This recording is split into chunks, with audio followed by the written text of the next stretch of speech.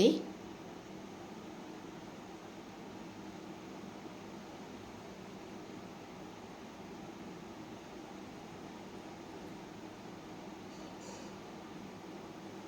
ശംഭുചേട്ടൻ്റെ ബുക്കിലൊക്കെയാണ് test തല വെച്ച് കിടക്കുന്നത്.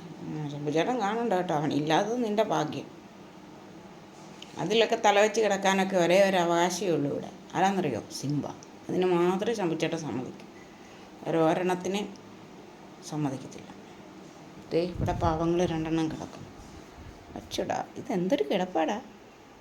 അല്ല മിന്നുട്ടി പെണ്ണുട്ടാ, ചൂട്.